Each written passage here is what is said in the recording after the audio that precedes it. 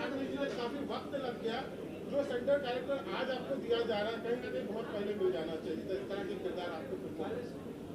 Sir, अब जो जीवन के जो फ्रस्ट्रेशंस हैं, जो नहीं मिला उसको भूल जाइए, जो मिल रहा है उसके ऊपर कॉन्सेंट्रेट करो।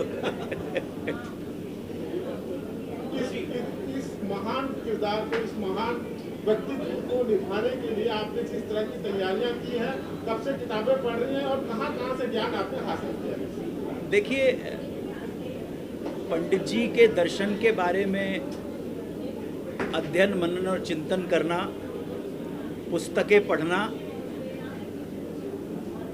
किसी भी किरदार को, किसी भी भूमिका को निभाने का एक छोटा सा पक्ष है। भूमिका निभाना, स्क्रीन पे उसको चरितार्थ करना, उसको स्क्रीन पे पर यथार्थ में प्रस्तुत करना, वो दूसरी विधा है। तो जब आएगी सामने तो एक हिंदी में कहावत है, नाई नाई बाल कितने हुजूर सामने आ जाएंगे। अभी से क्या होगा। आज अनुज जी, सोशल मीडिया बहुत बड़ा प्लेटफॉर्म बन चुका है जहाँ पे लोग बेधड़क कहीं ना कहीं अपनी भावनाओं को प्रकट करते हैं। कहीं ना कहीं आपको लगता है जो फिल्मकार है वो बंदिश में बन चुका है, क्योंकि बहुत सारी बातों का ध्यान रखना पड़ता है, पता नहीं किसको क्या बुरा लग जाए और कंट्रोवर्सी बन जाए। इस पर आपका क्या टेक है? सोशल मीडिया की स्ट्रेंथ इतनी ज़्यादा हो चुकी है, जब भी कोई नई विधा सामने आती है तो उसके दोनों पहलू होते हैं। आग खाना भी पकाती है और आग हाथ भी जलाती है। वैसे ही सोशल मीडिया है, जहां हर एक व्यक्ति को अपने विचार बेधड़क कहने का एक प्लेटफॉर्म मिल गया। लेकिन उन विचारों के पीछे कितने तटस्थ भाव हैं, कितना सत्य है कि नहीं है, कि अफवाहें हैं, कि सिर्फ अफवाहों के नाम पर आपका ध्यान आकर्षण करने की एक कलाकारी है, वो तो 4% लोगों के पास भी नहीं है। 4% लोग भी सोशल मीडिया के ऊपर जो लिखते हैं, अगर 4% होंगे या 5% होंगे, जो पूरी जिम्मेदारी के साथ हर तथ्य को 4 एंगल से वेरीफाई करने के बाद अपना कमेंट लिखें, बिल्कुल वही अनुपात हमारे देश के अंदर जिम्मेदार व्यक्तियों का है। इस देश का 95% जो व्यक्ति है वो अपने अधिकारों की बात करता है, परंतु जब उससे कहा जाता है तेरे फर्ज क्या हैं, तेरी ड्यूटीज क्या हैं, तेरे कर्तव्य क्या, तो ठेंगा दिखाता है। बिल्कुल सोशल मीडिया बाहर से थोड़ा है, सोशल मीडिया आपके और हमारे उससे बना है। सो इसके दोनों पहलू हैं। आज डायरेक्टर, आपने पूछा, डायरेक्टर फिल्म बनाता है, एक बहुत स्ट्रॉन्ग पर्सपेक्टिव सामने आ गया है कि अगर आपने किसी धर्म विशेष के देवी देवताओं को, पैगंबर को, नबी को, दरवेश को, पीर औलिया को, अवतार को अगर आपने मजाक उड़ाया, उसका उपहास किया, उसका निरादर किया, अपमान किया, तौहीन की, तो हम छोड़ने वाले नहीं हैं। ये सामने है आपके पास, बात खत्म हो गई। मत उड़ाइए मजाक। खुजली क्यों पड़ी हुई है आपको मजाक उड़ाने की? क्योंकि आपकी आदतें गंदी हो गई, आदतें गंदी हो गई।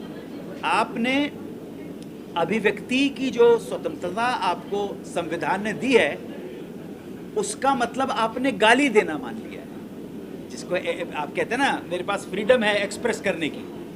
आपके पास फ्रीडम है अपने विचार रखने की, आपके पास कोई फ्रीडम नहीं है दूसरे को गाली देने की। दूसरे को गाली दोगे तो सामने वाला भी आपको गाली दे सकता है, और हो सकता है सामने वाला आपके जबान भी काट दे।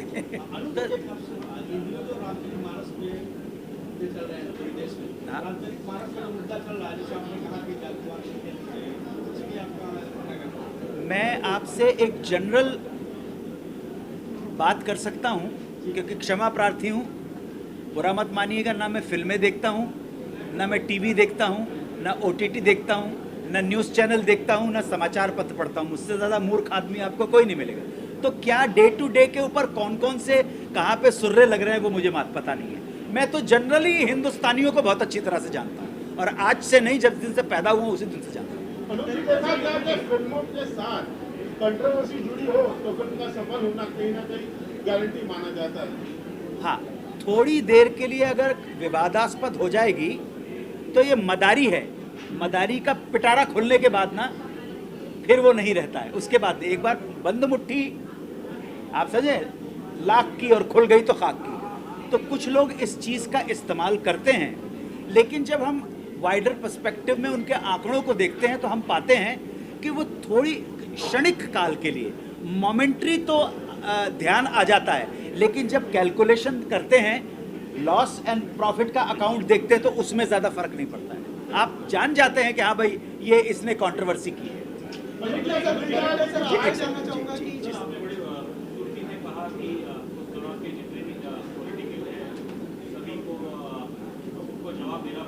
हाँ काफी समय बीत गया है, 50 साल हो गए हैं।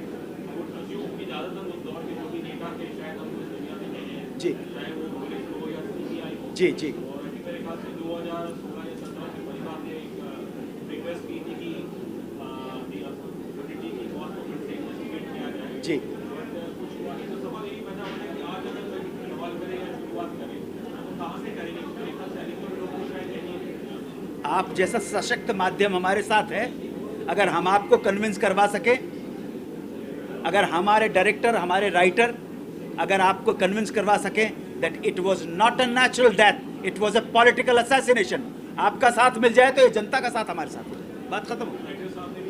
बिल्कुल हो जाएगा सर, बिल्कुल हो जाएगा। अरे सर सारी फाइलें खुलनी शुरू हो जाएंगी। फाइलें तो बहुत हैं, सबके राज हैं, सबकी जन्म पत्रियां देखोगे हमाम में सबके सब नंगे हैं।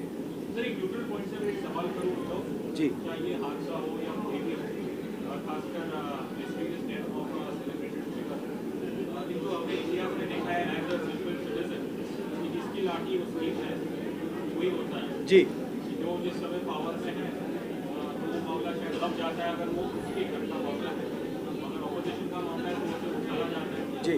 यही देखा जाता है कि उसमें कुछ होता नहीं है, एक वो न्यूज़ में डिस्कशन बन के रह जाता है, लोग चिल्लाते हैं, एंकर चिल्लाते हैं, 2 महीने बाद सब उसको भूल जाते हैं। आपके प्रश्न का जवाब आपके पास आपने खुद ही दे दिया कि जिसके हाथ में पावर है।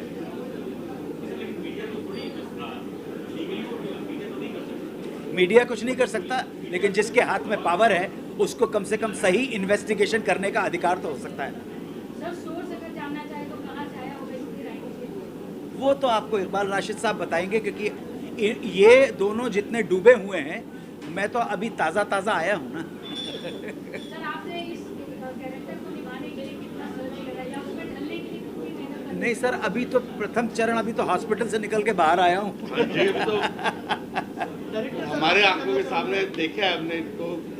डायरेक्टर सर आपसे जानना चाहूँगा कि क्या क्या चैलेंजेस आपने अब तक फेस किए हैं और बहुत ही जल्दी शूट भी शुरू होने वाला है, तो आपकी तरफ से किस तरह की तैयारियाँ चल रही है, अगर उस बारे में कुछ बताएं।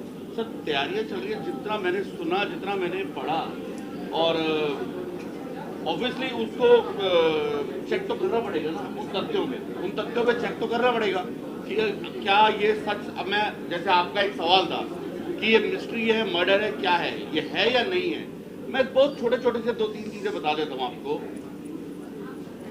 सीबीआई ने भी जो अपनी जांच की रिपोर्ट दी थी, उन्होंने भी ये माना था कि 2 चोरों ने इनका मर्डर किया है पैसे के लिए। इसका मतलब मर्डर तो था, ये रिपोर्ट है, सीबीआई ने भी मानी है। अब उनका कहना कुछ है, नहीं मर्डर था, 2 चोरों का नाम है इसमें। मर्डर नहीं था, वही एक्सीडेंट का ही है। लेकिन वो इन्वेस्टिगेशन जब हो रहा था तो एक पॉइंट पे आया था कि उन 2 चोरों ने शायद उनको मारा, शायद उनको वो नाम क्यों, मार्केट वो क्यों आया, वो क्यों खुला सर? और बहुत सारी चीजें हैं जो हम अभी आपको फिल्म में दिखाना चाहते हैं, और क्यों इन्वेस्टिगेशन में नाम आया। और एक बात ऐड करना चाहूँगा कि जब हम इतने बड़े व्यक्तित्व के ऊपर कुछ फिल्म बनाते हैं तो हम उसे सतही तौर के ऊपर नहीं ट्रीट कर सकते हैं। उसके अंदर जो शोध है, रिसर्च है, तटस्थ भाव के साथ ही वो आप लोगों के सामने पेश किया जाए, पूरे रैशनैलिटी के साथ। आप उस रिपोर्ट को पढ़ेंगे तो उसके अंदर एक नहीं कई सवाल है, जिस सवालों के जवाब नहीं आज तक। सर इसके अलावा सर फिल्म जब रिलीज होती है तो बहुत सारे सवाल आप पर उठेंगे कि ये आपने कैसे किया, तो उस रिसर्च के लिए कितने तैयार है? जैसे आपने कहा कि मैं तैयार, उस रिसर्च के लिए वो तैयार है। उनका होमवर्क बहुत उस सवाल स्ट्रांग के है। लिए मैं तैयार हूँ। मैं आपको एक छोटा सा एग्जाम्पल देता हूँ। मेरी एक फिल्म थी 2611, जिसमें एक लास्ट सीन है जब नाना पाटेकर जी कसाब को लेके पहुँच गए। वो क्लिप मिस्टर अमिताभ बच्चन ने देखा और देखने के बाद राम गोपाल वर्मा से ये कहा कि इसको निकाल दीजिए। राम गोपाल वर्मा ने मुझे फ़ोन किया और कहा कि रशीद तुम जल्दी आओ। उनका ऑफिस यहीं देसाई रोड में, बड़ा डार्क रूम रहता है उनका। क्या मैं बोले Rashid you have to delete this scene. कोई सीन है उस फिल्म में। मैंने कहा क्यों? उन्होंने कहा कि तुमने जो लिखा है उस पर पूरे हिंदुस्तान में हंगामा हो गया। हमने कहा तो होने दीजिए, फिल्म बन रही तो होनी चाहिए। तो बोले नहीं यार, फिर तो टेररिस्ट आएंगे तो मैं क्या करूँगा। हमने कहा मेरा एड्रेस ले लीजिए, मेरे घर भेज दीजिएगा, मुझे आके मार देंगे। नहीं, यू आर जोकिंग। आपने कहा ना कि कितने तरीके से उस पर रिसर्च किया गया, उसमें जिहाद के बारे में मैंने लिखा है। मैंने कहा कि हिंदुस्तान से जितने भी मौलाना मौलवी हो और Islamic theologist, I am not talking about मौलाना मौलवी, I am talking about Islamic theologist जो इस्लाम को समझते हैं। My father was also one of them who is no more. आप उनको बुलाइए, जितने भी मठाधीश हैं, जितने भी मंदिर हैं, आप वहाँ से उन लोगों को बुलाइए। सर इसमें आपको एक मस्त पब्लिसिटी भी मिल जाएगी। 20-25 लाख रुपया हीरोज का खर्च होगा, पब्लिसिटी भी मिल जाएगी। एक तरफ वो बैठेंगे, कटघरे में मैं खड़ा हूँ, उनके सवाल मेरे जवाब। बिल्कुल। बस दामू जी सलट गए, चले गए, अलग बात है। उसी तरह इस फिल्म में भी तह बतह एक एक चीज को बहुत तरीके से, बहुत ही डीपली, हो सकता है इंसान को कहीं गलती हो सकती है, लेकिन बहुत ही डीपली स्टडी करने के बाद ये स्क्रिप्ट बनी। तो जो भी सवाल आएंगे, मुझे मालूम है आएंगे सवाल आने, चाहे वो इस पार्टी से आए, चाहे वो उस पार्टी से, चाहे वो सामने वाली पार्टी, बिल्कुल बिल्कुल, चाहे मेरे घर पे आके पत्थर मार के जाए, कोई फर्क नहीं पड़ता। तो वो सवाल के लिए मैं तैयार हूँ। मैं आपको फिर एक रेफरेंस में ले जाता हूँ। एक जगह मैं 2611 लिख के डर गया। मैं 15 दिन तक मिस्टर मारिया ने मेरे ऊपर सादे वर्दी के लोगों को रखवाया ताकि प्रॉब्लम न हो। एक दिन मैंने अपने बीवी बच्चों से पूछा, सपोज अगर कुछ हो जाए तो तुम दोनों मुझे माफ करोगे? उन्होंने कहा था कि I am proud of you. Very good. बस उन्होंने यही कहा कि मैंने कहा बस खत्म कहानी, कुछ नहीं होने वाला। और आज वो सीन जहाँ भी लोग देखते हैं, सीन की बात नहीं कर रहा हूँ, आज जिहाद के बारे में जहाँ लोग बात करते हैं तो पहले उसका रिफरेंस है। और आउटस्टैंडिंग एक्टर जिन्होंने लाजवाब किया था, कसाब ने भी लाजवाब किया। उसी तरह इसमें भी शायद पूरी दुनिया को ये नहीं मालूम है कि ये पहला कमीशन था जिसमें 1 मेंबर कमीशन बनाया गया, and that was mister Chandrachud, x जज ऑफ सुप्रीम कोर्ट। उनको बनाया गया था। ये अपने आप में एक अलग कहानी। पहली बार एक पॉलिटिकल पार्टी के बहुत बड़े लीडर जिसका नाम स्वर्गीय मिस्टर इंदिरा गांधी है, उन्होंने बुलाया मिस्टर जॉन लोगो को और कहा कि मुझे दूध का दूध और पानी का पानी चाहिए, क्योंकि मेरे ऊपर भी बहुत सारे तहमतें, बहुत सारे पत्थर आ रहे हैं। मैं उससे नहीं डरी हूँ, लेकिन मुझे सच्चाई चाहिए। लोगों ने सच्चाई दिखाई, कमीशन बना, सारा का सारा इन्वेस्टिगेशन हुआ। ये पूरी फिल्म एक इन्वेस्टिगेशन है। उस इन्वेस्टिगेशन के थ्रू एक लाइफ की जर्नी है जो हमारे दीन दयाल कितने अभी अन्नू जी ने एक बात कही, वो बात मैं अक्सर सोचता हूँ। वो लिखा भी है, वो पॉलिटिकल लीडर नहीं थे, वो एक दर्शन थे। और आपने एक पॉलिटिशियन को खत्म किया या हादसा हुआ, वो नहीं हुआ, आपने दर्शन को खत्म। आदमी जब मरता है तो आदमी के मरने की कोई बात नहीं होती, आदमी के दर्शन के मरने की बात होती है। आदमी के ख्यालों के मरने की बात होती है, और वो वही हुआ कि एक ऐसे इंसान को इस दुनिया से हटा दिया गया, या वो हट गया या किसने हटाया, वो अब फिल्म देखने के बाद आपको पता चलेगा। कि आप यकीन करें, वो शख्स अगर होता, इतिहास में आता है, पॉलिटिकल किताबें आप पढ़ेंगे तो उसमें आता है कि मुझे अगर 2 दीनदयाल मिल जाएं तो मैं सारे देश की रूपरेखा बदल दूं। अब आप सोच सकते हैं कि वो कितना बड़ा इंसान, कितना बड़ा दर्शन था, और उस दर्शन को फिल्म के प्रोड्यूसर से जानना चाहूँगा सर, इस तरह के सब्जेक्ट को लोगों के सामने लाना, लोगों के सामने प्रेजेंट करना आप लोगों के लिए कितना बड़ा चैलेंज होने वाला है?